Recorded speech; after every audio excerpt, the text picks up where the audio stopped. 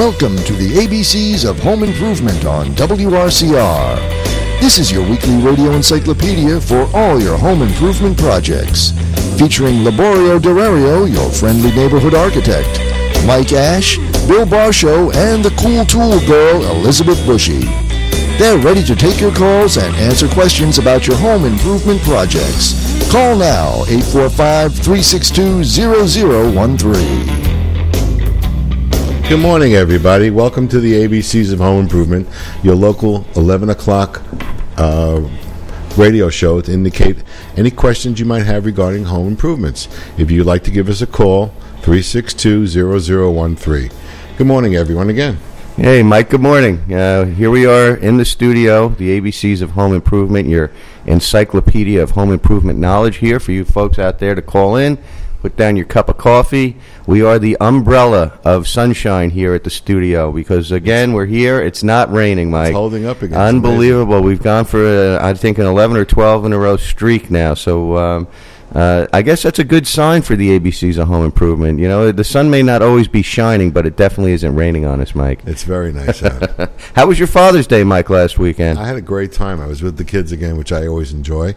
It's the way I do it. Every weekend I have some time. I spend more time with them during the week and also on the weekends. Unbelievable, Mike. That's great stuff. It really is. I'm looking forward to this afternoon. We're going to get together again. Let me tell you about last night's escapades, Mike. Up in the Torn Valley, once again, Torn Valley Vineyards, putting on the best presentation I've seen in a while, Uncorking the Blues with Mark Skanga and a couple other folks up there, harp players, bass players, all kinds of craziness.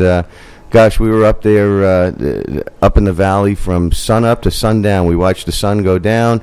We watched the moon come up, and the blues were it was bluer than blue up there, Mike. Last night was gorgeous, too. Those guys up there at Torn Valley Vineyards have some venue. The Supper Club was in full swing, over 150 people there. Nice. They had Mr. Victor Lopinto was the chef up there, a world-renowned culinary expert. They had a special menu on tap for us there, and the food was spectacular.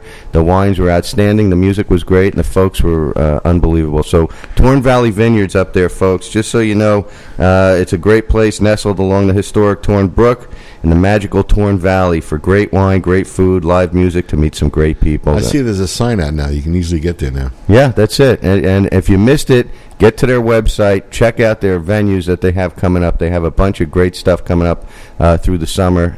So if you're not coming to the concerts here at the stadium, and I don't think any of the dates conflict with those, do them both. Come to the stadium, go to the vineyard, and enjoy the music. All in your local home address. All outside, all outdoor entertainment. So I want to thank those folks there. And they did actually give me another bottle of wine.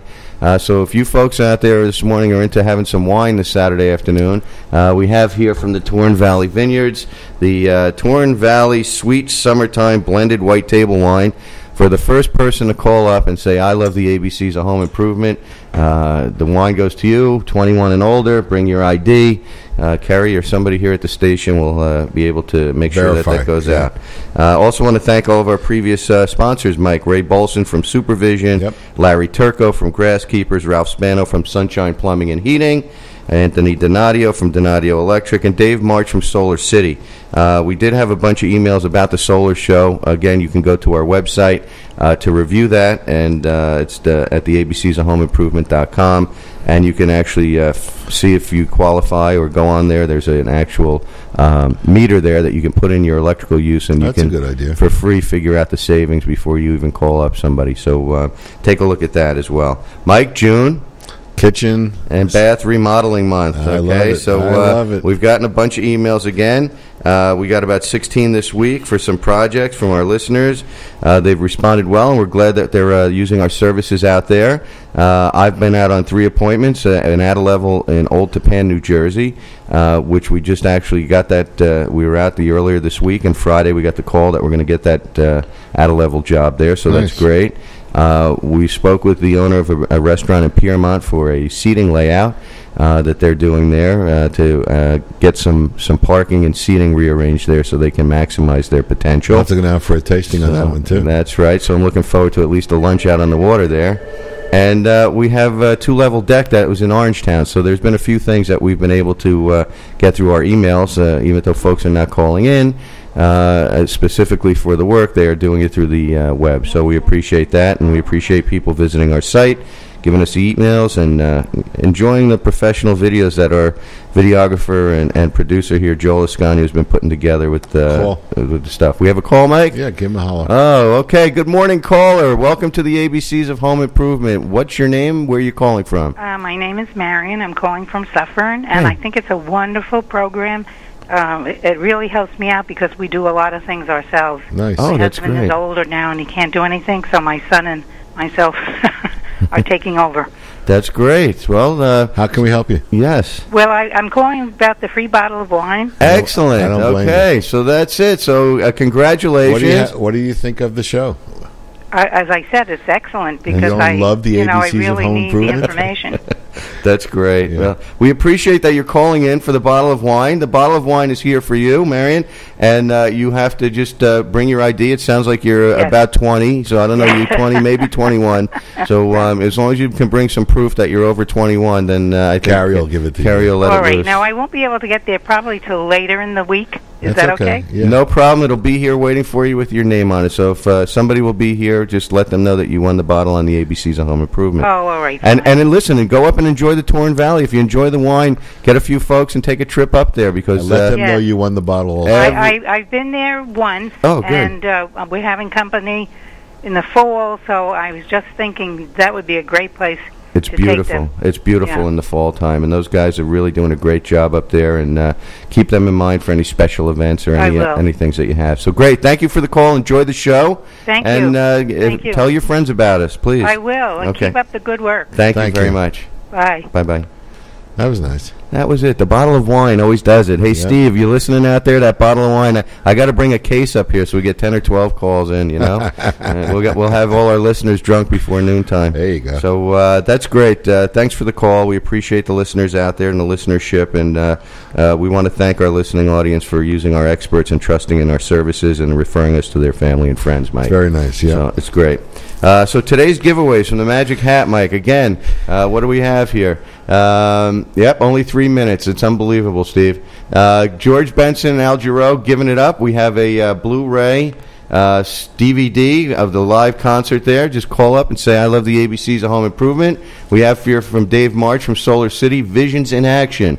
A book that he wrote, very nice book that tells you, that can give you some insight into motivating yourself to become the best person that you can be. I read through it. It's a great book. I hope you folks call in to enjoy that. And of course, we have the iPhone 6 Plus black alligator leather case for your iPhone 6 Plus, and we have some iPhone 4 and 4S cases for you folks that are back in the 4S days. We have some white alligator cases there. So Just any gotta phone call up, that's it. call up, say you love the ABCs of Home Improvement, and we'll give you one of those items. So there we have it, Mike. I'm waiting for the question. Okay, well, we have a few questions today, but since we're not going to be live on the 4th of July, since everybody's going to be barbecuing and shooting fireworks into their neighbors' yards, we're going to be talking about July 4th, Mike. Okay, and we're going to be talking about the origins of July 4th and the founding fathers, Mike. Founding. So, we'll leave that open. We have some quotes from our founding fathers, but we'd like to know if anybody really knows the true day of independence for the United States of America for our Independence Day celebration, Mike.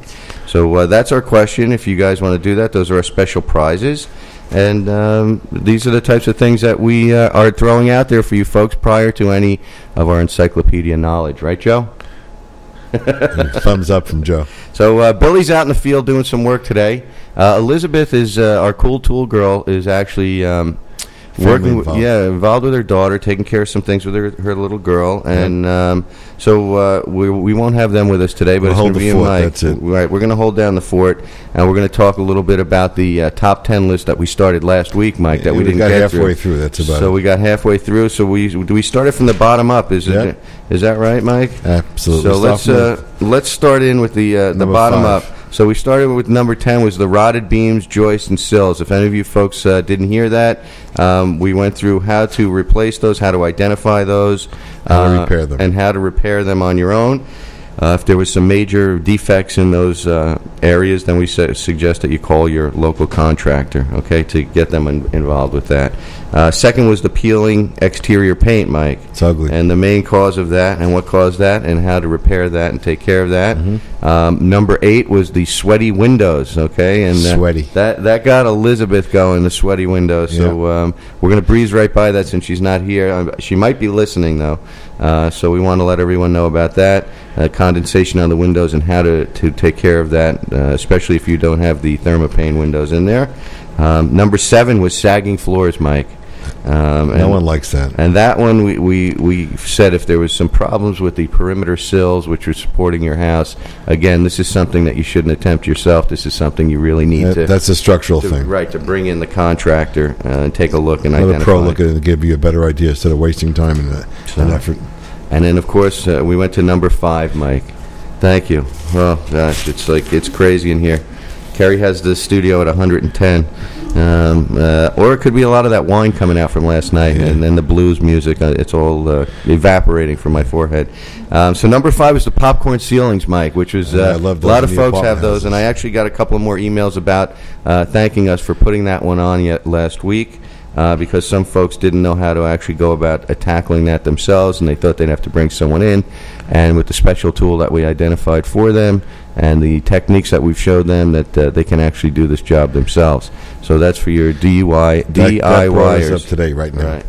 Right. So now here we are, truss uplift, Mike. This is the next one that we want to talk about, and this is for folks that have modular housing or have component-built housing, where your roof system is actually made out of a truss, which is a triangular-shaped structural member, Mike, right? And what causes this is especially in the winters that we've had here, it shows up. Right, it shows up during the winter time when you have snow loads and you have under-insulated ceilings and the different temperatures between the exterior and the interior. Right, creates a bow or a lift in the truss during the winter time, so you have cracks that start occurring around the perimeters of your room and parts of your ceiling because you start to notice the popping nail, you start to notice the sheetrock giving way, and you wonder why it's going on and what do I do about it. So what do you do about this, Mike? How do we handle that? What types of things should you look for? I would get rid of as much of the snow load as you can before it gets too heavy. So now for folks that are a little older, that really aren't going to go out there with the 3 feet of snow or the ice. I mean, what do we do here? We got to call somebody. You got to make a phone call. So, and not that the roof is going to collapse. No, however, a lot of these trusses weren't designed for some of the super winters that we've been having here. They've been made out of 2x4 members with gusset plates that hold the components together. And over time, those things take on a lot of extra weight, and create a bowing factor. Right. So you'd have to look around. Sometimes there's an actual moisture content that's differential between the house and the attic space again. So you got to look for that. You got to look for a settlement maybe also around the perimeter of the house or in the center of the house to see if there's any settlement anywhere that might be causing these trusses to have an uplift. That's a hard thing to do on your own, to tell you the truth. It really, it's suggested that you call your contractor. I think so at that point. It's more than insulation at this factor. So the truss uplift is something that if you see something like that and you're starting to get cracks around the perimeter of your ceilings, calling your contractor to identify the specifics of where and how that's happening and what they can do to rectify that.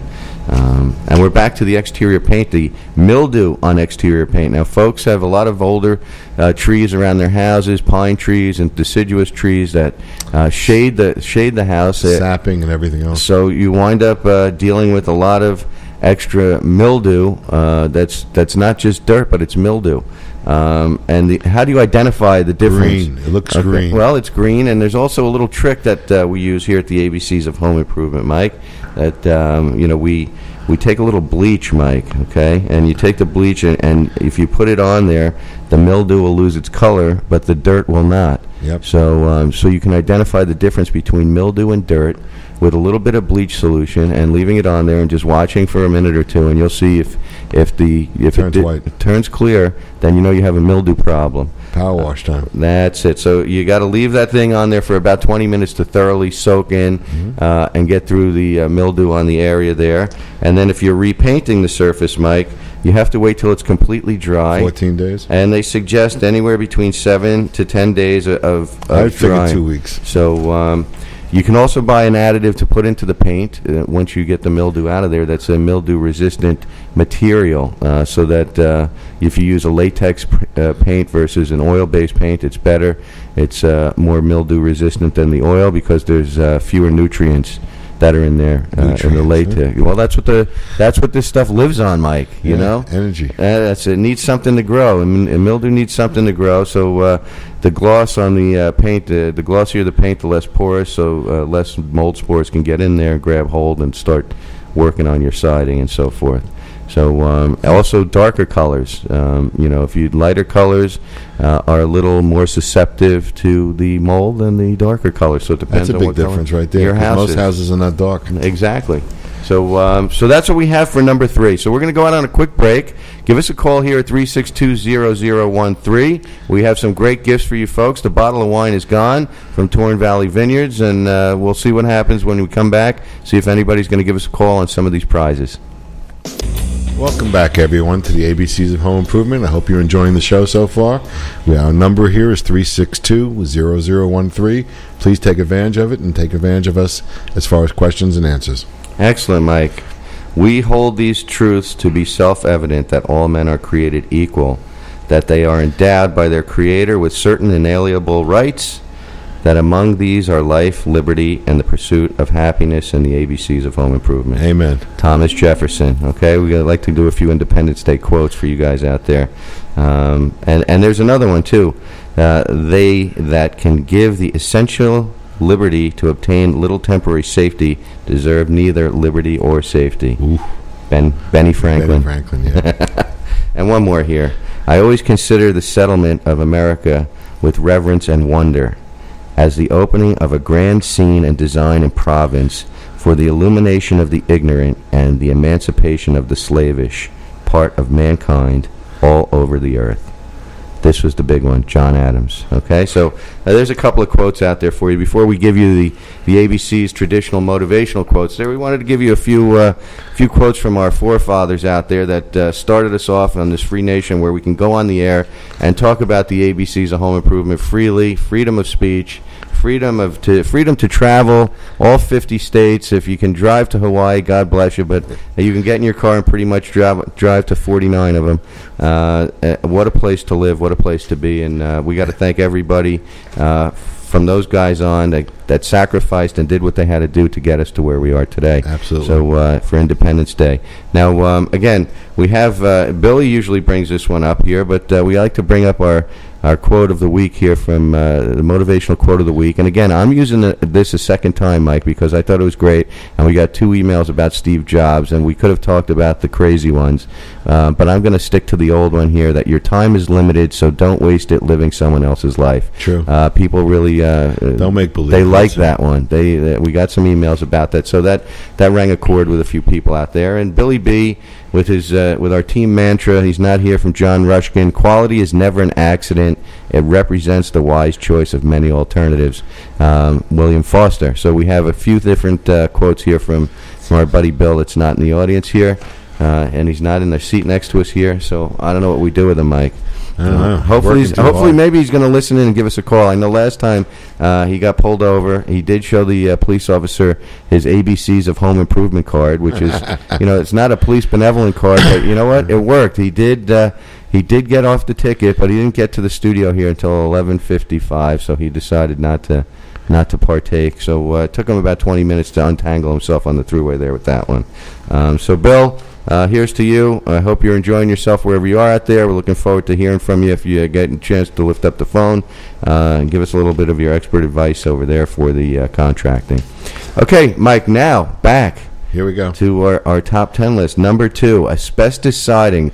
We got, I'd say maybe 12 or 13 emails since we started the show about re-siding houses. What do they do? Do they take the old siding off and start down to the base? Do they go over the siding? They've had contractors come out. They've heard different stories folks don't know which way to go. And of course, there's a monetary difference with that, Mike, right? Yeah, dumping it. So what do you do now with the asbestos siding? And many contractors have misled the owners, claiming that the asbestos content in the home there, that it must be removed by a special asbestos abatement company or somebody that they can provide that will do that. However, shingles, they contain the non-friable asbestos, as they call it, which is, it's not loose material like you have with the pipe insulation in your basement or something else. It's on sheets, which means the fibers aren't released unless they're sawed or they're cut or they're drilled or they're smashed into, broken into little down, pieces. Right. So, and a lot of the older homes have this asbestos siding on it.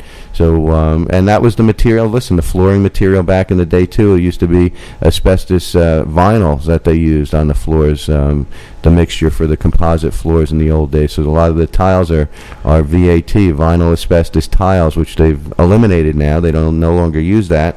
And it takes time to find the unhealthy things in life. Right. So what do you do when you have this siding condition? So there's a few alternatives, Mike. You want to try and see what you think? I would think you can actually leave the siding there and enclose and encapsulate it with another insulation factor and another vinyl on top of it altogether. Okay, so that is correct. There is a way to actually, depending on the thickness of your siding, because the certain materials that go over it, you could get a wave if you have a thicker siding. So if you have the thinner asbestos siding, and a lot of times that's less than a half of an inch, quarter of an inch, you can do what Mike says, and you can put down a special, they call it a fan insulation board, and it actually opens up like a fan, like an accordion, and they put that on there, and it's 3/4 of an inch thick, and that gets you an R value of 2 or 3 on top of whatever's in the existing walls. If you have an older home and you're leaving the siding on, and you don't have a good insulation value in your wall, you might consider using a thicker foam insulation board on the outside as an alternative. However, this leads to having to spend extra money on building out the windows and so forth to trim out so that it meets the siding because you have thickness, right? So we suggest, number one, that is the best alternative if you can leave it in place, and it's the most economical, so you don't have to spend the money on the removal and the discarding of the material itself. However, it's not a material that you need to be worried about as far as taking it off and removing it if you want to start fresh, which is the best way to go, but it's more expensive. So if you have a choice and you're doing it and you're working with the contractor, the problem really becomes down to how they get rid of the material. Right. That's really the problem. Everything else is not a big deal about that. Right, and there's an alternative also that they talk about. Some people they want to remove it because they think that it's harmful to their health. You don't have to do that. You can actually just you don't sand down if you're going to say you're not going to side your house. You just want to repaint it. You don't sand this material down. What you do is you can use a paint thinner to just rub off areas that perhaps there's some paint that's peeling or something is chipping. So you use the solvent to remove it a fresh look again. That's it, and then you can encapsulate it after you scrub it down with some soap and water, rinse it with the hose, cover the asbestos siding with a new layer of latex paint, and you're good to go. Looks fine. So you can reside, you can remove. Also, you got to make sure when you're doing this that all of the siding, if you're putting on new siding because you're leaving the old material on there, some of these siders don't use the proper length screws. You need to use at least a 3/4 inch screw to make sure that the vinyl siding is going through the material and into the framing of the structure. Yep. Otherwise, you'll have pops over the course of time, and you'll see that your siding won't actually... It'll start moving on you. Yeah, it won't look good. It won't look good. A wave. So if you want to, look under asbestos. If you want to talk to an asbestos contractor about removal, if you feel that you want to just check our information, or of course you can call us here at the ABCs of Home Improvement.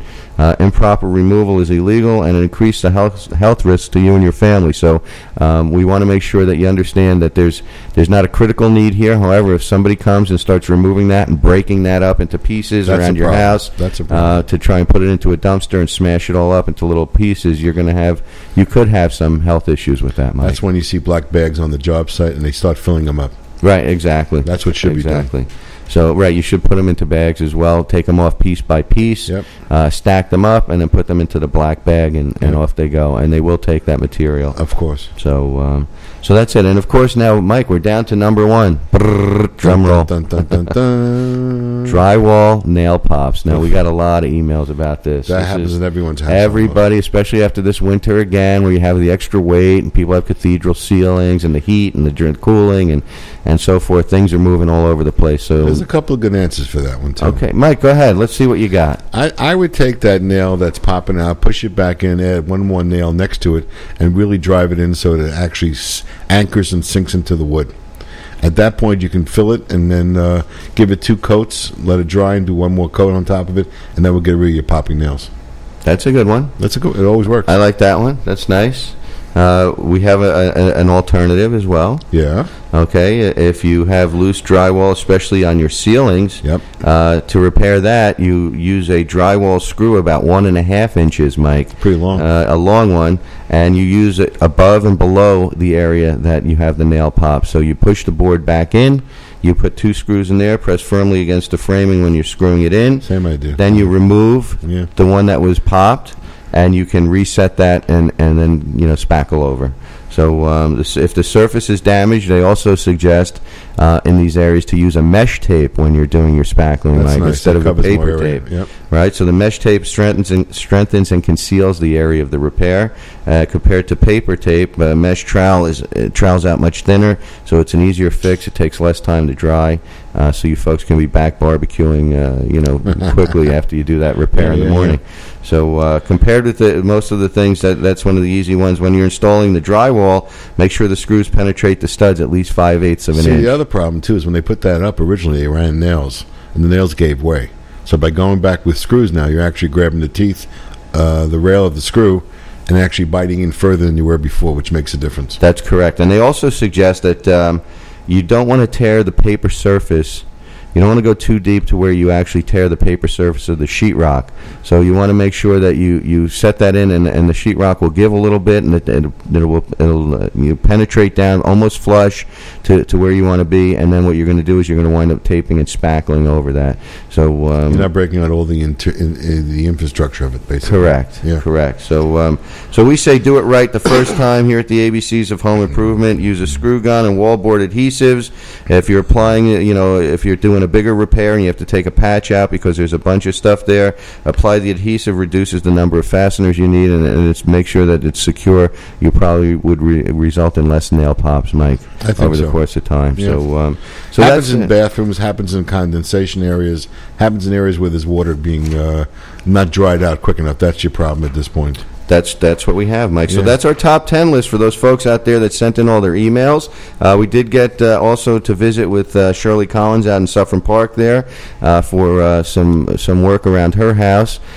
She had a squirrel go into her attic. I think I said that on the last show. So we actually were out on site with her last week, and we walked around the property, and she has an old brick house, full brick, concrete and brick house, which you don't see any longer. It was built by her husband in the 40s and her brother-in-laws and family, and they built this house, and she still resides there. Good for her. She's well over 20 now, and she really and she's called numerous contractors, and people haven't showed up, and some people have showed up, and she had a real tough time. That's what makes it bad for the industry when you get no calls, no returns. Well, she was very happy. She actually said hallelujah when I showed up. So she was very happy. We walked around and we found a lot of defects in the window sills. Again, this is now materials, soffits and fascias that have been up since the 40s. Old plywood. Back in the day, they didn't use ventilation. Yep. Right. So we went through numerous ideas for her, options to what should we do, Mike? And again, she's looking maybe to sell the house in a few years, but she wants to stay there as long as possible, as long as her health is well. And she's going to replace, and we suggested maintenance-free materials for all of the old woodwork that's around the exterior of the house. So we will be going in with the special vinyls and MDFs and things that are water-resistant and waterproof and composite materials that... And the next owner would love all those right, and for the upgrades. resale. So we also told her that the value she puts in with the materials that we're using now, the resale will really go a long way, and she won't have to worry about painting all the white work because all the material is white through and through. So easy enough to handle right now. Yeah, because white's a popular color. So those are the things that we're doing there for her. She also has a screened-in porch in the back of her house, and she wanted to use it during the winter, and not as much use it, but this winter and the last winter she had snow and rain and things, and it took them almost a 3-day period, her and her daughters, to clean up the screened-in porch to get it ready after the winter. So we're looking at putting plexiglass over the screens, creating frames for her so that we can close that in the winter. That makes sense. And this way she doesn't have all that cleanup work in the spring. You don't have to redo tracks or anything else at that point. Correct. So that was phase 2, and she has a little pergola or an arbor out in the back that, again, hasn't been treated or painted or stained or anything in years, and it's down to the raw wood. So it's another material. We're not going to rebuild that out of vinyl or any of that. We're going to clean it up and sand it down and then fix that up for her. And then the last thing was going around. She has a lot of course, the older windows there, and she doesn't want to go through the expense of replacing. So we're going to go window by window and recaulk and seal and strip down the old wood and replace any of the old sills that are rotted. Keep the character of the building. Correct. So we're giving it to her in 3 phases. And as we were leaving, we stepped to the front porch, and there was a 4th project there. She has some concrete. She has some of the bricks falling off of her front stoop and her patio area, and there has been some differential settlement, which means the porch is supposed to pitch away from the house for the water, and the back of the porch now is sunken, and the water is pitching back into the house by the basement area. So, and that's a major job. So we're going to give her a price on that, but we're going to keep that one sort of separate. And we told her maybe in the fall, try and get it done before the winter again with all the ice buildup and the damming, and it's going to go down into the basement and separate again. So we were able to give her a lot of great advice. We're giving her some great prices. And she's very happy that we came to visit. Very trusted with us. Right. So we did. Our services are going a long way out there to help the local folks try and maintain their properties, especially the folks that are a little older that are sort of being taken advantage of. We try and at least give them an idea of how to go about things. They don't have to use us, but they will get a fair price from us. And I think we do most of the jobs we go out and quote, Mike. So that's a testament to what we do. Creating separate stages of the job makes it a lot easier. They can see each stage taking place. They can feel comfortable with each stage and then move ahead, and then they'll see how far they really want to go. Yeah, and if they don't, if they're unhappy with something, you're only in there for a little bit, and you can move on, and they can move on too. But we have never had that happen. We've always we break it into phases so that monetarily it's also affordable for folks. Not that any of these people don't have any money, but let them see how it goes. Let them adjust. Let them feel comfortable with us also. Right. Let them understand what the work entails. Sometimes it's a couple of weeks, and then we'll take a break for a week, and then we'll come back and start the next phase. So everybody gets a little break in the action, so to speak. A little breather's time. So we're going to go out on a quick break here at the ABCs of Home Improvement. Give us a call, 362-0013. When we come back, we're going to talk a little bit about the 4th of July, the origins of Independence Day, and a few more quotes from our founding fathers. Welcome back, everyone, to the ABCs of Home Improvement.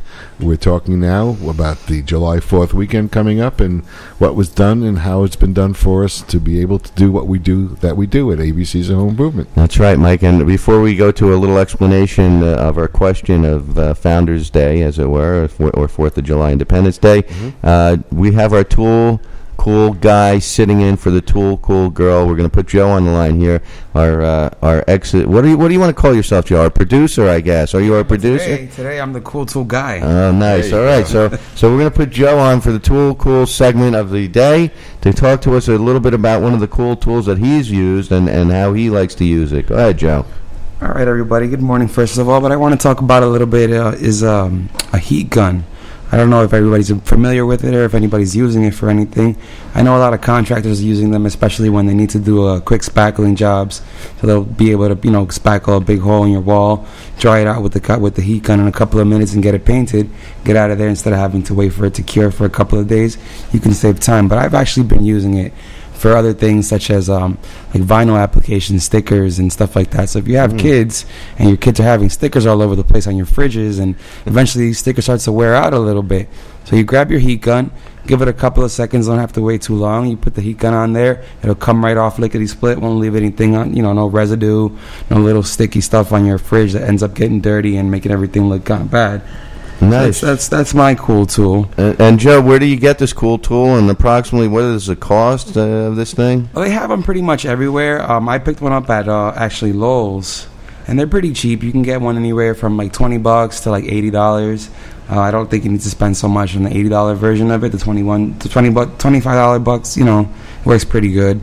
It'll get your job done, and just watch your fingers because it will burn you very, very seriously. So adult supervision is very important. So it's not like Elizabeth would say maybe use a hairdryer or something. This is like a torch. This is like a mini torch. If you get a cheap one, it's like a cheap torch. It won't get too hot, but it won't be something you can use on your hair either. Oh, that's nice. Well, that's good because we don't want any of you folks out there getting the wrong idea, by using this as a blow dryer on your hair, because a lot of folks might think that this heat gun is actually something that you can do here. We have a caller that just went away. They learned that the bottle of wine was gone, Steve. They went to go pick up a heat gun. They went to go get a heat gun, exactly. That's a great one, Joe. So we'll put something up on the site for you guys so you can see what that heat gun's about. And if you have any questions about that, send us an email or shoot us a text or get us on our Twitter pages or our Facebook pages or our LinkedIn pages. We're going to talk a little bit about the facts of 4th of July here. Fireworks, founding fathers, and more, okay? Cookouts, fireworks, and, of course, a chance to wish Uncle Sam a big happy birthday.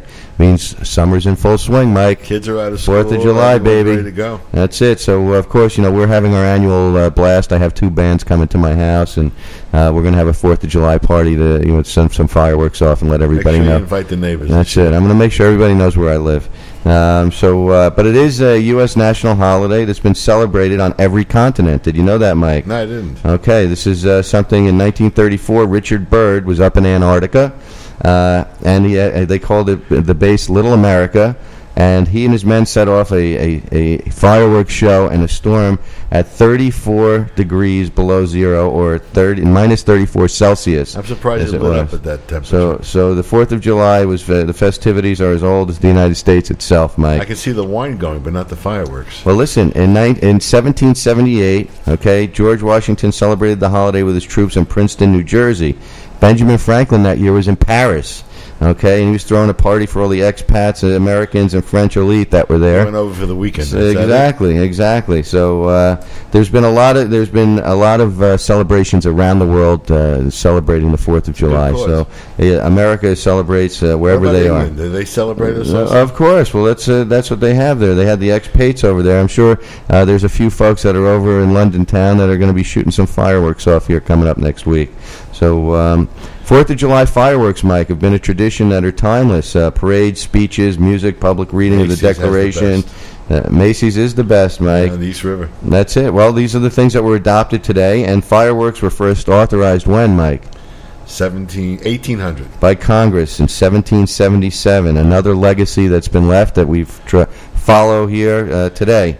But not legal in New York yet. Well, the American Pyrotechnics Association says that there's more than 14,000 fireworks displays that lights up the sky every year on the 4th of July, Mike.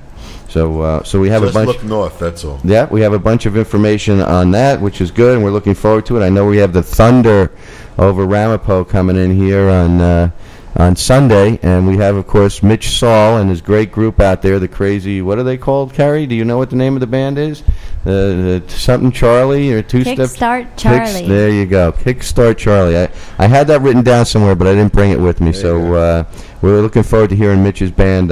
Mitch is doing some work for me, so kudos to him to being out there on stage, and hopefully he keeps it. Looks like the weather should hold up there. Absolutely. Right, Mike? So so what else do we have here as far as some of the expats and some of the guys some of the quotes of the day, okay? When John Hancock signed the Declaration of Independence, what did he say, Mike? I'm not sure on this one. Give us liberty? No. He said there. I guess King George will be able to read this. In your face, George. That's it. How's that? Yeah. And here's another one from John Adams. Liberty cannot be preserved without a general knowledge among people who have a right and a desire to know, but besides this, they have the right to an indisputable, unalienable, indefensible, divine right to most of the dreaded and unenvied people in mankind. I mean the character and conduct of their rulers. So again, he's talking about the British rulers. Of course. So you could see how strong the language was back in the day. So colonies came politics hasn't changed much, though. When you're looking for some freedom and some rights, and some civil rights movements that have just gone all the way out there. So the gay marriage is now legal in all 50 states. So again, civil rights keeps pounding, and they're heard over the course of time. People get their rights, their civil rights, as they are due. As they are due. So, so the 19th century 4th of July featured artillery salutes, Mike. Back in the day, where explosives were left from various wars and they were used, and they fired those all off during the 4th of July celebrations. The practice has faded since cannons have aged and fell into disrepair.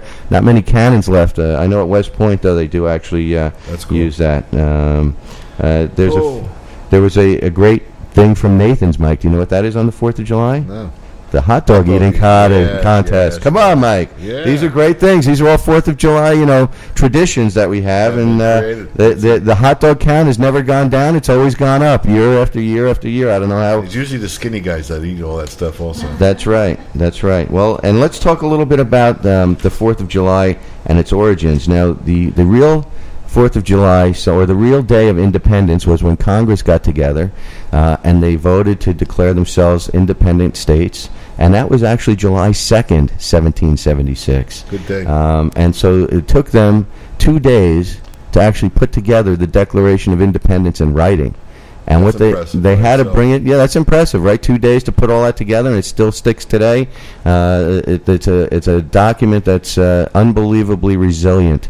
And what happened is they took it to the printer on July 4th, and so the printer, when he was printing everything up, put the date in as July 4th. So there's been a little snag in there, controversy on that, and the government's gone back and forth on that. And the reason we know this is because on that day, the second day of July in 1776, John Adams wrote to his wife Abigail that this is the most memorable epoch in American history. I am apt to believe that it will be celebrated by succeeding generations as an anniversary and festival for years to come. Impressive. So, so there you go. So that letter tells us that was all taken care of on July 2nd. And it went back and forth with the government for a little while as to should the 2nd be observed as that. And Congress voted for Independence Day to be the 4th of July, and it was printed up that way. And Americans have been celebrating the 4th of July ever since, although it was not declared a federal holiday, Mike, until 1941. Took too long. Okay, so there you go. And of course, that's World War II time. That's right. So these are the things, these are the visions that our founding fathers have given to us. And again, John Adams says it ought to be solemnized with pomp and parade, shows, games, sports, guns, bells, bonfires, and illuminations from one end of the continent to the other from this time forward. And we'd like to leave you folks with that, because that is the way the celebrations will be going from, I guess, this weekend right through next weekend for our independence. And we want to thank all of our folks overseas that are keeping us free. Yep. Right, Mike? I mean, still till this day, Independence Day, we're fighting for freedom all around the world, and our veterans deserve to get our kudos for that. Yep. So that's it, folks. We're going to have a replay next week. We won't be here. We'll be celebrating with everybody else. So listen to our Solar City replay if you're looking into solar information. That'll be coming up next week. Enjoy the 4th. Everybody have a great 4th. And thank you very much. Thank you very much. Have a good weekend.